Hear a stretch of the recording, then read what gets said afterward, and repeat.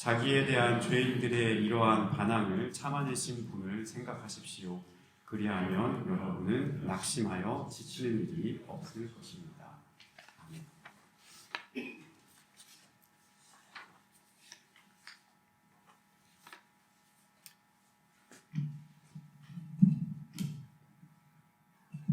오늘 예배 분위기가 되게 오순도순하고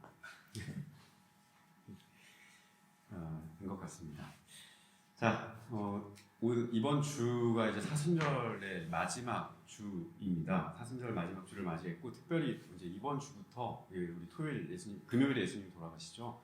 금요일에 돌아가실 때 그때까지 우리가 고난 주간이라고 합니다. 그래서 이 고난 주간에는 특별히 일주일 동안 예수님께서 우리를 위해서 당하신 그 십자가 고난을 깊게 우리가 묵상해보고, 십자가 고난만 묵상하는 게 아니고 예수님 자체를 한번 우리가 묵상해봤으면 좋겠어요. 그분이 이 세상에 오신 이유가 무엇인지, 이 땅에 오신 이유가 무엇인지를 한번 우리가 되새겨보고, 또 우리가 주님을 믿으면서 같이 갈 때 우리 안에 있는 허물과 죄, 이런 것들이 다시 이런 것들 때문에 주님께서 십자가를 지신 거니까 우리가 우리의 허물과 죄, 그것을 십자가를 지신 주님, 그리고 주님께서 그 사랑의 마음으로 우리의 죄를 속하기 위해서, 회복하기 위해서 사랑의 마음으로 지신 그 십자가를 한번 깊게 생각해보는 주간을 보내셨으면 합니다. 성경의 사실 많은 부분은 고난받는 사람들의 외침으로 이루어져 있습니다. 기쁘고 감사하고 찬양하는 부분도 물론 많습니다만, 그보다는 힘들고 어렵고 내 문제가 풀리지 않아서 놓아버리고 싶을 때 그 순간에 하나님을 찾고 간구하는 그런 장면이 성경에는 굉장히 많이 있습니다. 그런데 그런 문제마다, 그런 고난마다 성경이 정답이 이거야라고 콕 집어서 얘기를 해주면 참 좋은데, 그렇지 못할 때가 많아요. 우리는 말씀을 읽어가면서, 그리고 그 말씀 속에서 살아 역사하시는 성령님의 역사, 하나님의 역사를 헤아려 가면서 그 문제에 대한 답을 우리가 찾아가는 거지, 이렇게 해라 라고 그렇게 기계적으로 답을 주는 경우가 그렇게 많지가 않아요. 성경을 읽다 보면. 그러다 보니 내 문제 앞에 답이 오지 않으니까 기다리고 찾고 이런 시간들이 길어지는 경우도 있습니다. 그게 바로 이제 사이 시간이라는 건데, 이 사이의 시간을 인내하고 견디는 일, 이것도 사실 우리 믿는 사람에게는 쉬운 일이 아니죠. 성경을 좀 공부를 하고 연구를 하다 보면 제 결론입니다만, 성경은 정답을 주는 책이기도 하지만요, 정답을 주기도 하지만, 이 말씀 속에서 나온 여러 가지 사건이나 이야기나, 그리고 이리 치이고 저리 치이는 우리 믿음을 가졌던 선진들의 그 장면을 우리에게 그대로 보여주면서 질문을 던지는 책입니다. 너 같으면 어떻게 그 답을 찾아갈래? 너 같으면 그 순간에 어떻게 하나님께 간구할래? 라고 그렇게 말을 걸어오고 우리에게 질문을 하면서 그 답을 스스로 찾아가게끔 만드는 그런 책이기도 합니다. 하나님 말씀을 따르고 그 말씀에 비춰서 우리가 바른 대로 이렇게 살아가려고 하는 그 믿음의 방향이 있지만, 여러분들 다 경험을 하시죠. 나 말씀대로 잘 살고 하나님 뜻대로 잘 살려고 하는데 그 안에서 부딪히고 내 뜻대로 되지 않고 내 마음에 합한 대답이 오지 않는 경우가 참 많다는 것을 우리가 알게 됩니다. 성경을 읽어도 답이 오지 않는 경우, 오히려 질문만 많이 생기는 경우가 있습니다. 하나님이 살아계시는데 왜 이런 일이 벌어질까요? 하나님이 사랑이시라면 왜 전쟁과 같은 일이 벌어져서 죽는 사람들이 생겨날까? 하나님이 정의로우시다면, 하나님이 의로우시다면 왜 세상에는 불의한 사람들이 더 승승장구할까? 왜 하나님은 우리가 이렇게 탄원하고 기도하는 우리의 기도에 바로바로 응답하지 않으실까? 이런 질문들이 생긴다는 겁니다. 이게 믿음이 없는 게 아니고 여러분들의 믿음이 그만큼 깊다는 증거이기도 합니다. 성경이 일일이 그 답을 기계적으로 찍어주면 참 좋겠지만 그러지 않을 경우가 많다는 것을 여러분 염두에 두시고, 그 답을 주지 않으면서 거꾸로 우리에게 문제를 던질 때, 질문을 해올 때 우리가 그 답을 찾기 위해서 하나님께 하나님의 뜻을 구하고 하나님의 음성을 들으려고 하고 기다리고 인내하면서 결국 그 답을 찾아가는 이 과정이 믿음의 여정이 되겠습니다. 성경 안에 이러한 고민들이 굉장히 풍부합니다. 사실 따지고 보면, 찾아보면 이런 고민들이 굉장히 많아요. 우리 믿음을 가지고 있는 믿음의 선배들이 이런 고민들을 통해서 하나님께 구하고 간구했습니다. 구약시대에 그 부패하고 타락한 이스라엘이 외국의 침략을 받습니다. 외국의 침략을 받아서 나라가 짓밟히고, 또 내부적으로는 영적으로 타락하고 종교적으로 타락해서 손을 댈 수 없는 지경에까지 이르러요. 그래서 어떻게 해야 될지 모를 때 뭐 예언자들도 나오고 회개하라 그런 얘기들도 나오잖아요. 이럴 때 우리가 왜 이런 고난에 시달리고 아픔에 시달릴 수밖에 없는가라고 하는 그 질문들을 하면서 여러 가지 찾아가는데, 첫 번째로 어떤 사람들은 우리가 하나님 율법에서 벗어났기 때문에, 하나님의 뜻을 우리가 거슬렸기 때문에, 범죄했기 때문에 우리가 이렇게 지금 고난을 당하는 거야 라고 그렇게 말하는 사람들이 있었어요. 한 부류가 있었어요. 우리 죄 때문에 그런 거야 라고 하는 사람이 있었어요. 그래서 율법, 이런 사람들은요, 율법을 지키면 복을 받고 율법을 지키지 않으면 벌을 받는다라고 하는 이 이분법이 딱 있는 사람들이에요. 이 사람들을 율법주의자라고 합니다. 성경에 그 흐름이 하나가 있어요. 그래서 우리가 이 고난을 당하는 이유는 다른 데서 찾으려고 하지 말고 너가 지금 하나님의 뜻에서 벗어났기 때문에 고난을 당하는 거야 라고 그렇게 생각하는 사람이 있었습니다. 또 어떤 사람은 너의 죄 때문에 그런 게 아니고 우리 조상님들이 죄를 너무 좋아가지고 이 죄가 정립이 됐어 가지고 쿠폰 10장 모아가지고 공짜로 먹듯이 정립이 됐어. 그래서 그 대대로 내려오는 그 죄가 누적이 돼서 그것 때문에 너희들이 지금 고난을 당하는 거야, 그 벌을 받고 있는 거야 라고 그렇게 말하는 사람들도 있었습니다.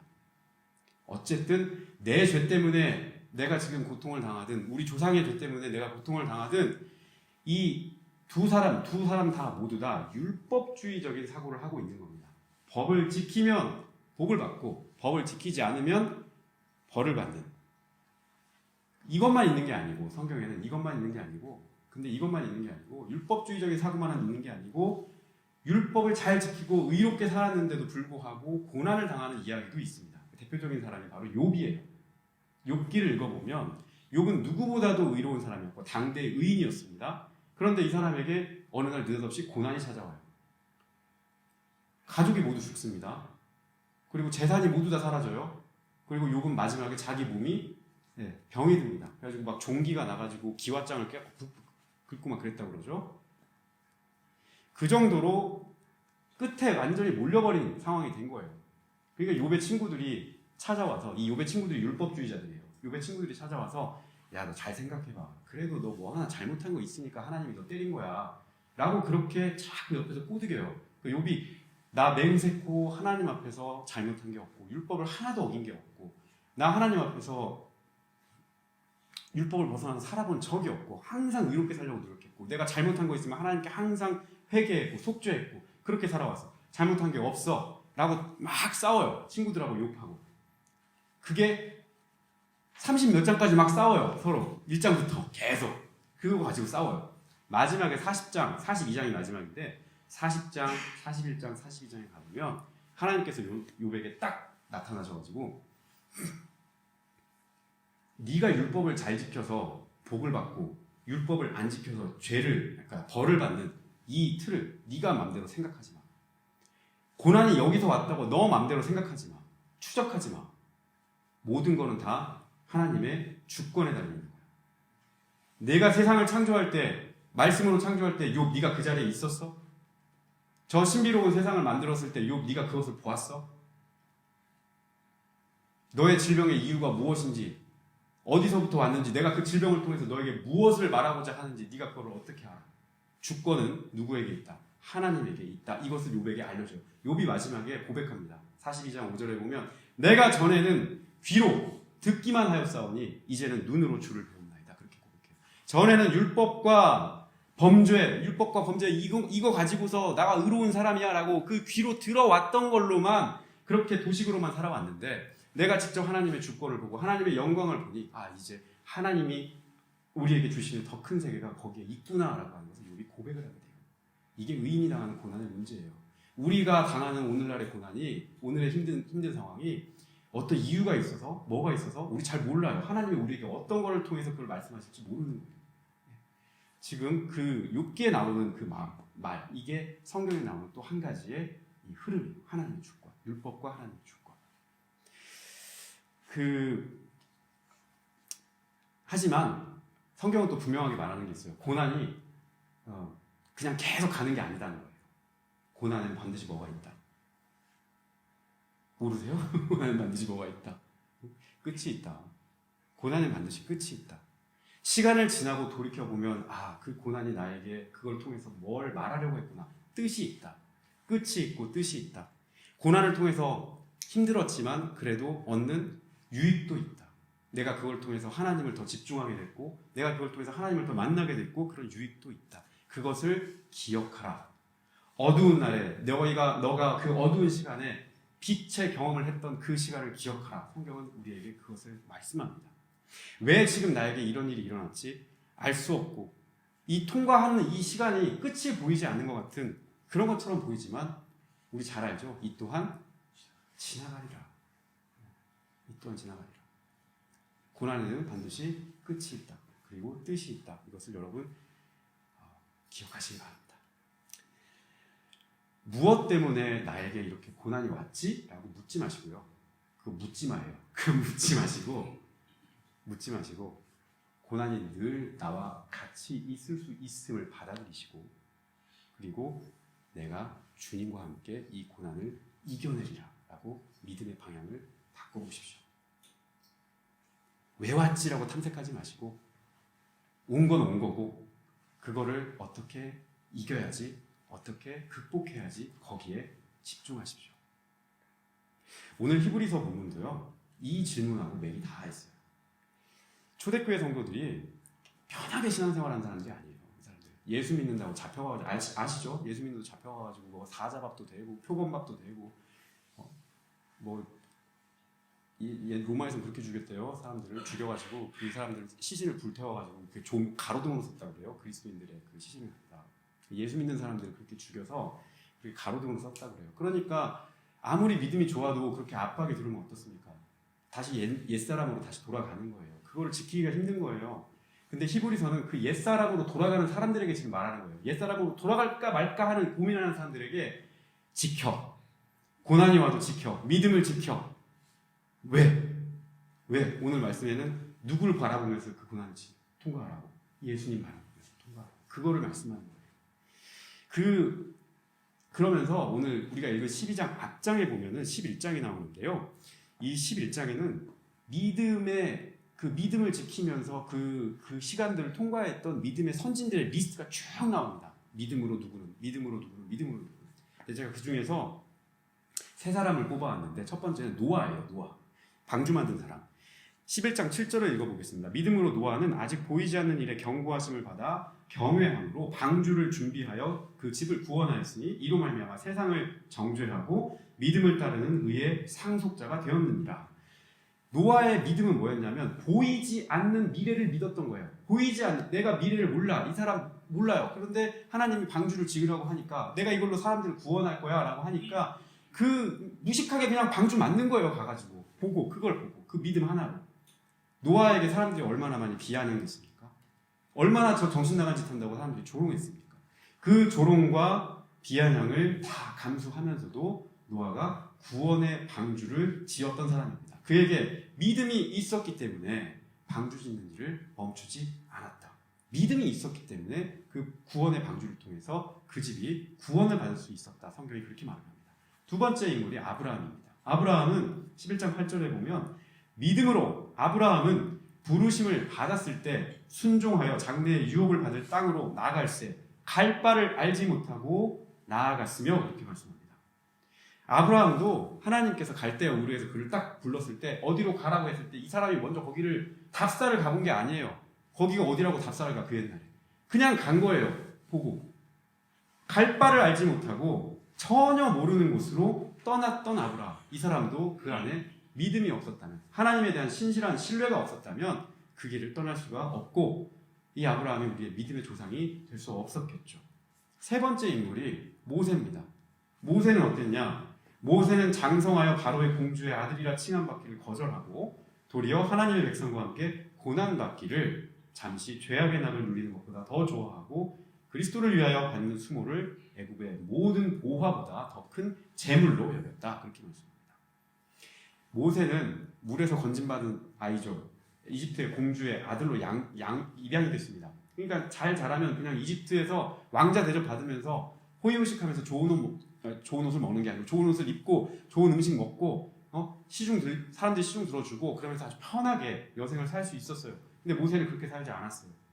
잘 아시겠지만 우리 몇 주 전에도 우리 말씀을 나눴지만 모세는 광야에 가서 고생하고 거기서 하나님의 부름을 받고 하나님의 권능을 경험하고 하나님의 지팡이를 잡고 다시 애굽으로 들어가서 그 싸움을 하기 시작합니다.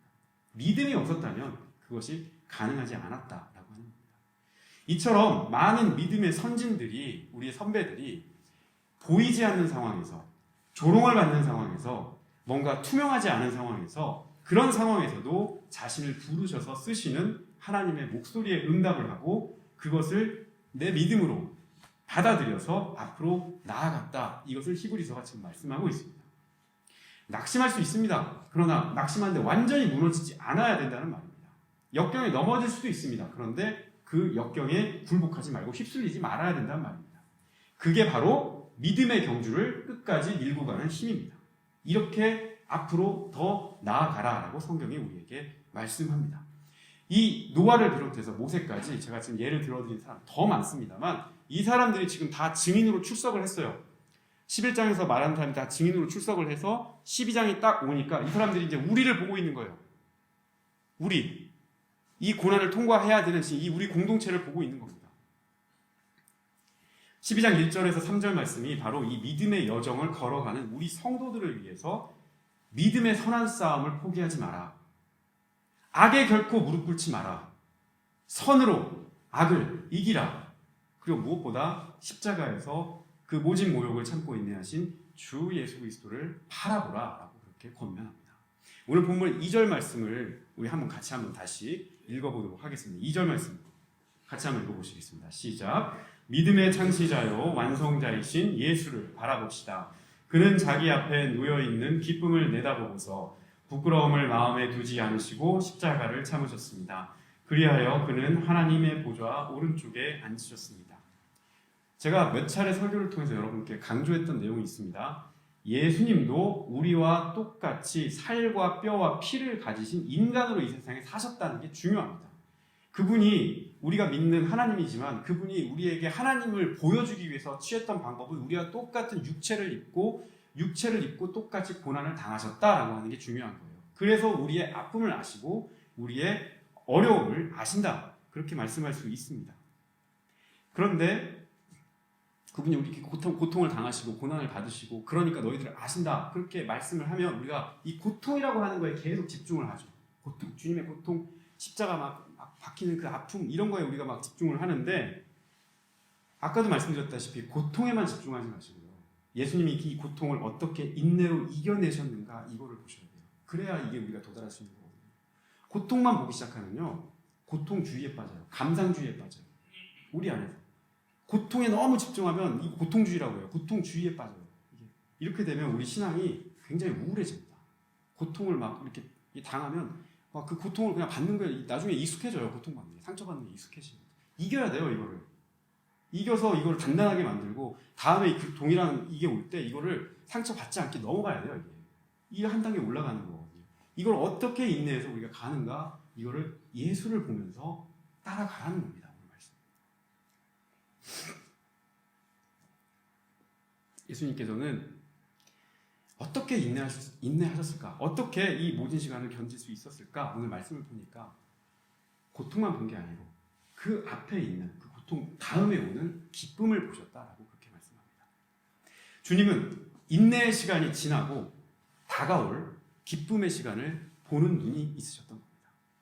우리가 십자가와 부활을 말을 할 때 십자가의 고통, 고난 막 이런 것만 얘기를 하고 십자가의 희생 이런 것만 얘기를 하면 아까도 말씀드렸다시피 감정이 휩쓸리고 고통주의에 빠집니다. 근데 성경은 십자가도 물론 중요해요. 십자가 중요한데 십자가 다음에 반드시 부활이 있다는 걸 말합니다. 이거 무슨 말이냐면 승리한다는 거예요. 이게 지는 것 같지만 이긴다는 거예요. 어둠에 딱 가둬놨지만 결국 그 빛으로 나간다는 거예요.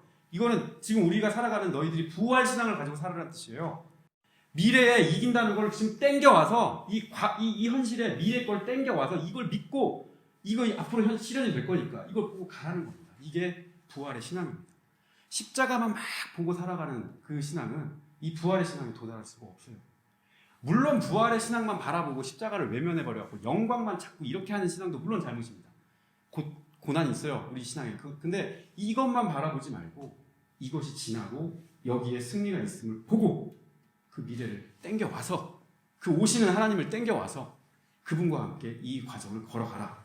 이것이 성경이 우리에게 가르쳐주는 종말론입니다. 그러니 여러분 기도하실 때 눈앞에 보이는 것만 보지 마시고 그 다음에 오는 파도, 두 번째, 세 번째 파도를 볼 수 있는 눈을 갖게 해달라고, 그 영안을 열리게 해달라고 그렇게 기도하십시오. 이 시간도 결국 지나고 여러분에게 기쁨의 시간이 반드시 온다는 믿음을 버리지 않게 해달라고 기도하십시오. 그런 믿음으로 살게 해달라고 여러분 기도하십시오. 주님, 저 견뎌내고 싶습니다. 이기고 싶습니다. 기뻐하고 싶습니다. 평안을 찾고 싶습니다. 이 마음이 여러분 간절하시다면 그 상황에 너무 매몰돼가지고 거기에 막 묻히지 마시고 이 상황을 딛고 일어나서 기쁜 내 모습을 상상하고 내가 이게 회복된 내 모습은 어떤 모습이 될까를 갖다 생각해보고 그러면서 한 단계 한 단계 넘어갈 수 있게 해달라고 그렇게 기도하시기 바랍니다. 그게 바로 여러분 믿음의 경주입니다. 이 믿음의 경주에서 벗어나지 않게 해달라고 여러분 기도하시기 바랍니다. 우리는 십자가에서 하나님께서 우리를 향하신 주님의 은혜, 이 은혜를 한번 생각해 봐야 합니다. 3절 말씀을 보면 자기에 대한 죄인들의 이러한 반항을 참아내신 분을 생각하십시오. 그리하면 여러분은 낙심하여 지치는 일이 없을 겁니다. 라고 이렇게 말씀합니다. 주님의 십자가는 우리를 향한 주님의 사랑의 공간이기도 합니다. 우리를 회복시키기 위한 공간, 우리를 다시 우리에게 새 생명을 부어주기 위한 공간, 그 공간, 주님의 십자가를 바라보면 아픔만 느끼는 게 아니고 저분이 예수님께서 저기에 매달리심으로 우리를 위해서 대신 저기서 돌아가셨구나. 우리를 너무 사랑하시는구나. 저걸 통해서 우리가 그 꼭대기 일어나기를 바라시는구나 라고 하는 그 사랑의 마음이 거기에 있다는 겁니다. 이 십자가가, 이 사랑의 십자가가 바로 우리에게는 선물이고 우리에게는 주님의 은혜라는 사실을 여러분 기억하십시오. 아까 서두에 제가 말씀드린 것처럼 성경은 박해받았던 사람들의 이야기입니다. 그 시대의 산물입니다. 하나님께서 어떻게 그 현실에 응답하시고 대답하셨는지 우리는 이 성경을 읽으면서 우리의 상황에 따라 대입을 하고 적용을 하죠. 성도 여러분, 모든 고난과 시련에는 거듭 강조합니다. 끝이 있습니다. 그리고 그 시련을 인내로서 잘 견딘 자에게는 송이꿀보다 더 단 기쁨이 예비되어 있다고 말씀합니다. 사도 바울이 빌립보서 3장 12절에 이렇게 고백하죠. 내가 어떤 환경에 어떤 어려움 속에서도 거기에 굴하지 않고 믿음의 경주를 다 달리고 보니 나중에 의의 면류관이 하나님 의의 면류관을 나에게 이렇게 씌워주셨다. 그리고 디모데전서하고 이렇게 섞여 있습니다. 그 의의 면류관이 우리를 기다리고 있구나. 그 사도 바울이 그 믿음의 고백을 하는 장면이 있습니다. 우리의 주어진 처지라든지 그 환경이 어려우면 어려울수록 여러분 거기에 너무 매몰되지 마시고 그것을 도약할 수 있는 그 도약대를 찾으시는데 그 도약대가 바로 주님의 십자가 사랑이라는 것을 여러분 기억하십시오. 십자가에 달리신 주님의 인내를 깊게 생각해 보십시오. 그럼에도 주님께서 그 고통을 이기시고 기쁨을 향할 그것을 기꺼이 감수하셨던 그걸 통과하셨던 그 주님의 길을 여러분 묵상해 보십시오. 주님을 따라서 살아가려고 했던 그 믿음의 선배들도 한번 생각해 보십시오. 지금 그리고 주님을 따라서 한 걸음 한 걸음 가고 있는 우리의 모습을 거기에 대입해 보시기를 바랍니다. 그렇게 믿음의 역사를 하나님 믿음의 역사를 우리가 써갈 수 있기를 바랍니다. 우리 주님의 자녀들로서 믿음의 이 여정에서 포기하지 않고 앞으로 나갈 수 있는 그런 분들이 다 되시기를 바랍니다. 그래서 훗날 돌아보니 예수 인도하셨네. 예수 나를 이토록 사랑하셨네. 라고 하는 고백을 다 할 수 있기를 그런 고백을 진심으로 여러분 마음에서 할 수 있기를 주님의 이름으로 부탁을 드리겠습니다. 우리 고난주간 한 주 하루 기쁜 마음으로 승리하는 시간을 보내시기 바랍니다. 다 같이 기도하시겠습니다. 사랑하는 하나님, 예수님처럼 우리도 고난과 시련 뒤에 올 기쁨을 보는 믿음을 허락하여 주옵소서. 예수님께서도 그러하셨듯이 우리도 인내를 배우게 하시고 그래도 감사하게 하시고 기뻐하게 하옵소서. 이 또한 지나가는 시간의 매기보다 곧 다가올 큰 기쁨과 감사를 볼 수 있게 하옵시고 그 능력으로 오늘 하루를 승리할 수 있도록 인도하여 주시옵소서. 고난주간입니다. 이 시간 주님을 더욱더 깊게 생각하고 기도하며 주님의 십자가 사랑을 우리 안에 새길 수 있게 하시고 우리도 주님처럼 사랑으로 인내하는 귀하고 복된 자녀들이 되게 하여 주시옵소서. 예수님의 이름으로 기도합니다. 아멘.